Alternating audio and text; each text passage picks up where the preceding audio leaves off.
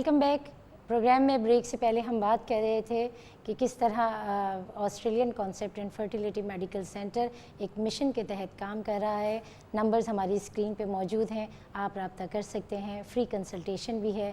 Doctors کی, ماہرین کی ایک ٹیم ہم وقت آپ کے لیے موجود ہے جو آپ کو گائیڈ بھی کرے گی, آپ کی تشخیص بھی کریں گی اور آپ کو مفت مشورے بھی دیں گے. ہمارے ساتھ موجود ہیں جس طرح ڈاکٹر سید سجاد حسین اور ڈاکٹر خمیر آصف. ہم بات کریں گے ڈاکٹر خمیر آصف سے. ڈاکٹر صاحب, جیسے آپ کی اسپیشلٹی ہے میل انفرٹیلیٹی کے حوالے سے, ہماری سوسائٹی میں تو بڑا مسئلہ ہے. مرد تو اس بات کو ایکسیپٹ ہی نہیں کرتا کہ وہ انفرٹائل ہو سکتا ہے یا اولاد نہ ہونا اس کا بھی کوئی اس میں کنٹریبیوشن یا کوئی رول ہو سکتا ہے یا الزام ہو سکتا ہے. تو آپ کے پاس جب پیشنٹس آتے ہیں تو آپ کس طرح ہینڈل کرتے ہیں؟ ذرا مشکل کام ہوتا ہوگا. بہت اچھا کویشچن کیا آپ نے. سوسائٹی میں جس طرح ہمارا کلچر چل رہا ہے ہم عورتوں کو ہی بلیم کرتے ہیں. بالکل. لیکن ایک انفارمیشن میں آپ کو دوں کہ آپ حیران ہوں گی کہ 30 سے 40% انفرٹیلیٹی کے جو کیسز ہیں ان میں اگر کریڈٹ جاتا ہے تو میلز میں بھی پرابلم چلتا ہے. اچھا. جن کو ہم اوور لک کر دیتے ہیں. مرد حضرات اور ہماری سوسائٹی اور پیرنٹس بالکل اس چیز کو ایکسیپٹ ہی نہیں کرتے کہ مرد میں بھی کوئی پرابلم ہو سکتا ہے. ٹھیک ہے. آپ کے توسط سے میں ایک انفارمیشن عوام کو دینا چاہتا ہوں کہ ہماری اس پروگرام کا مقصد بھی ڈاکٹر صاحب یہی ہے کہ لوگوں کو جو مسکنسیپشنز ہیں وہ دور کیے جائیں اور انہیں مزید آگاہی دی جائے اور کچھ اویئرنیس دی جائے. جی, اصل میں ہوتا یہ ہے کہ کپلز یا شادی شدہ جوڑے یہ سمجھتے ہیں کہ اگر خوشگوار ازدواجی زندگی وہ گزار پا رہے ہیں تو اس کا مطلب ہے کہ وہ بچہ پیدا کرنے کی ان میں صلاحیت ہے. ٹھیک ہے. سب سے بڑا کانسیپٹ یہ اس کو چینج کرنے کی ضرورت ہے. ٹھیک ہے. اگر 1 سال تک, جیسے ڈاکٹر صاحب نے بھی بتایا کہ مسلسل خوشگوار ازدواجی زندگی گزارنے کے بعد اور اگر وہ کو مانع حمل ادویات کا استعمال نہیں کرتے اور پھر بھی ان کو وہ کنسیو نہیں کر پا رہے یا حمل نہیں ٹھہر پا رہا تو ان کو ضرور معائنہ کروانا چاہیے. اور معائنے میں ہمیشہ ہم عورتوں کو سب سے آگے کرتے ہیں کہ لیڈیز فرسٹ, پہلے وہ ایگزامن کریں. ہمارا کلچر ہے.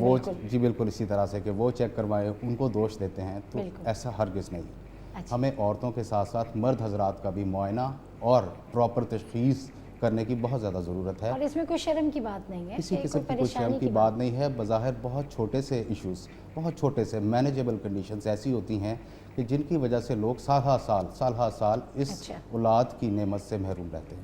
اچھا ڈاکٹر صاحب, جب انفرٹیلیٹی میڈیکل سینٹر پہ کوئی بھی آتا ہے پیشنٹ تو اس کے ذہن میں یہ ہوتا ہے کہ کوئی بڑے ہی ٹیکنیکل پروسیجرز ہوں گے.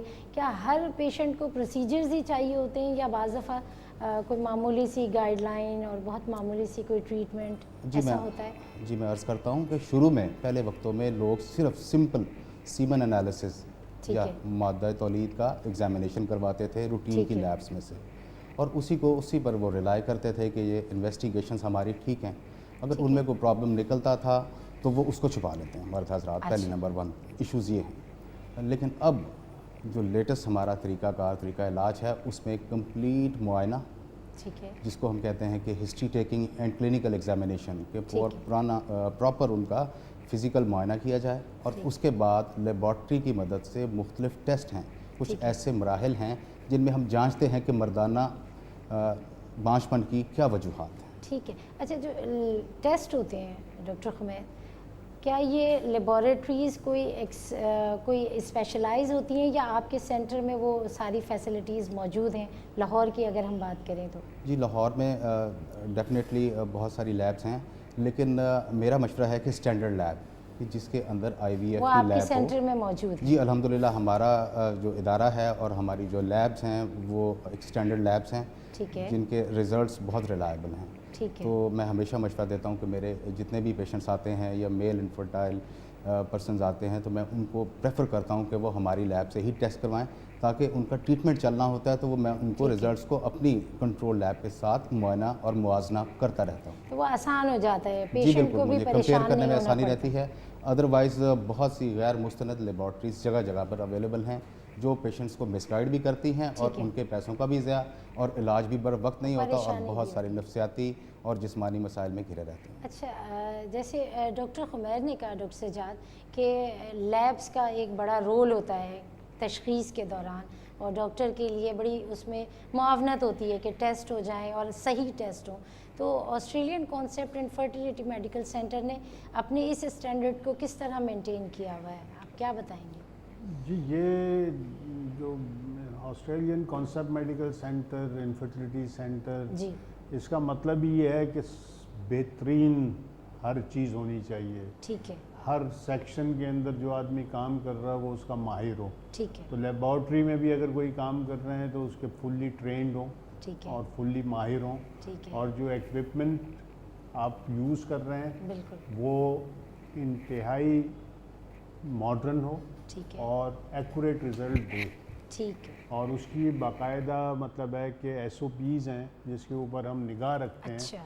اور کیونکہ اس کے اوپر ساری تشخیص کا دار و مدار جی ہے. بالکل بنیاد ہے. مطلب ہے 5,000 سے علاج 2.5-3 لاکھ میں تبدیل ہو جاتا ہے اگر وہ رپورٹیں غلط ہو جائیں, غلط ہوں یا صحیح نہ ہوں.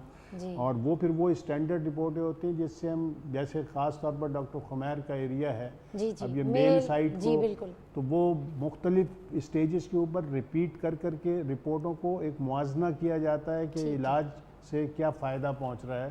ٹھیک ہے. اور مطلب ہے اسی کی بنیاد کے اوپر اپنے ہم عمل جاری رکھتے ہیں, یہ دوائیاں جاری رکھتے ہیں یا اس کے اندر تبدیلی رونما کرتے ہیں. تو ٹھیک ہے. تو اس کو مینٹین رکھنا اور ایک ریلائبل اور ایک بہت ہی اچھے اسٹینڈرڈ کے ساتھ اور کوالیفائڈ اس کے ٹیکنیشینز کے ساتھ کام ہونا چاہیے. ایبسلیوٹلی, یہ چیزیں ہی تو اہم ہے جس کی وجہ سے آپ کو رزلٹ ملے گا. آپ کی مطلب ہے ڈائگنوزس کے اندر یہی ٹولز ہیں. بالکل. ادروائز تو اب وہ زمانہ تو نہیں رہا کہ نفس پکڑ کے آپ مرض بتا دیں کہ جی جگر خراب ہے یا گردہ فیل ہو رہا ہے. بالکل بالکل. آج کل دنیا بدل گئی تو دنیا کے ساتھ آپ کو چلنا ہے. آپ کو تو ایگزیکٹ جہاں تک پہنچ سکتے ہیں صحیح جگہ پہنچیں. اور یہ بہت بڑی بات ہے کہ آپ کے سینٹر میں یہ تمام فیسلٹیز الحمدللہ, اللہ کا شکر ہے. بالکل. اچھا ڈاکٹر خمیر, جیسے ڈاکٹر سجاد نے کہا مرض کی بات کی, ہم جب میل انفرٹیلیٹی کی بات کرتے ہیں, یہ تو بات ہم نے کر لی کہ بہت کم ایکسیپٹ کرتے ہیں, بہت کم وہ اس بات پہ راضی ہوتے ہیں کہ آئیں اور اپنا علاج کروائیں, اس حوالے سے کہ اولاد کے حصول میں اگر کوئی رکاوٹ ہے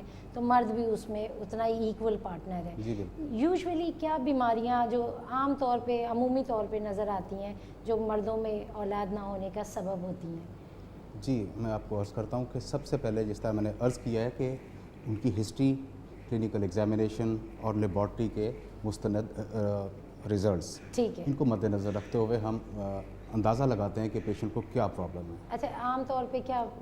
عام طور پہ ہم ڈسکس کرتے ہیں کہ سپرم کاؤنٹ کم ہونا یا سیمن کوالٹی پور ہونا. اس کی چند ایک کنڈیشنز ہیں جس کو میں ایکسپلین کرنا چاہوں گا. ایک کنڈیشن ہوتی ہے جسے ہم کہتے ہیں کہ ایزوسپرمیا. ٹھیک ہے. ایزوسپرمیا مین کہ مادہ تولید کے اندر سپرم کا نہ ہونا, یعنی سپرم کاؤنٹ نیل ہونا. ٹھیک ہے. تو ایسی کنڈیشنز دو طرح کی کنڈیشنز میں ہو سکتی ہیں. ایک کنڈیشن بہت امپورٹنٹ ہے جسے ہم کہتے ہیں کہ ابسٹرکٹیو ایزوسپرمیا, کہ سپرم کاؤنٹ نہیں آ رہے لیکن اس کی ریزن یہ ہے کہ جو سپرم کی ٹرانسپورٹ کا میکانزم ہے اس کے اندر رکاوٹ ہے. ٹھیک ہے. اور ایک ایشو یہ ہوتا ہے کہ پروڈکشن ہی جو فیکٹری ٹیسٹی جسے ہم کہتے ہیں کہ سپرم بنانے کی جو فیکٹری ہے وہاں پہ پروڈکشن ہی نہیں ہو رہی. ٹھیک ہے. اگین ہمیں بہت سارے ٹیسٹ اور انویسٹیگیشنز کے ساتھ ان سیریز ہمیں پتہ کرنا ہوتا ہے کہ پرابلم کدھر ہے. ٹھیک ہے. یوزلی جو ہم دیکھتے ہیں کہ ان چیزوں سے نکل کر چند ایک اور بہت بڑے خاص عوامل ہیں جس کو ہم کہہ سکتے ہیں کہ جن کی وجہ سے انفرٹیلیٹی ہوتی ہے. میں مزید ڈسکس کروں گی کیونکہ یہ بہت ہی سنجیدہ اور بہت ہی سینسٹیو بات ہے. ویورز, ہمارے پاس ڈاکٹر سید سجاد حسین اور ڈاکٹر خمیر موجود ہیں. ہم مزید ڈسکس کریں گے اولاد کے حصول کے حوالے سے کیا کیا مشکلات ہیں اور انہیں کیسے حل کیا جائے, ایک چھوٹے سے بریک کے بعد.